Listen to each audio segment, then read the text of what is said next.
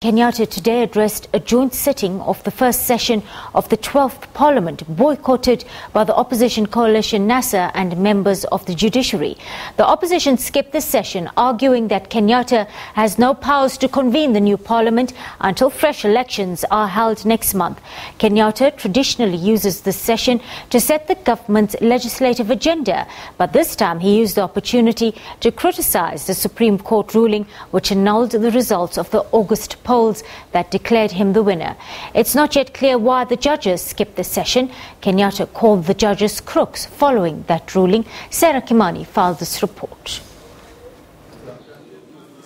The opposition made good its right to skip the session, traditionally addressed by the sitting head of state, indicating that Kenyatta did not have powers to open the House and that the House business must await fresh presidential elections. Kenyatta dismissed the assertions and the boycott. I want to assure every single Kenyan and the world that every arm of government is in place and operational.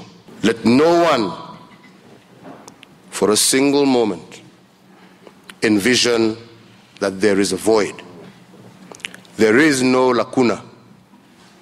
Kenya is progressing along the path drawn for it by our Constitution. Kenyatta, who had earlier said that he disagrees with the Supreme Court ruling invalidating his presidential election victory, told Parliament that the Supreme Court ignored the will of those who cast their ballots in the August polls. It must be understood that marked ballots represent more than technology, more than computer systems, or even where papers were printed. The mark is a choice of a sovereign people. Their choice is sacred and must never again be frustrated or ignored. None of the Supreme Court judges attended Tuesday's session. Kenyatta addressed the need for independence of each of the three arms of government, but was clear that harmony between them is key. Kimani, SABC News, Kenya.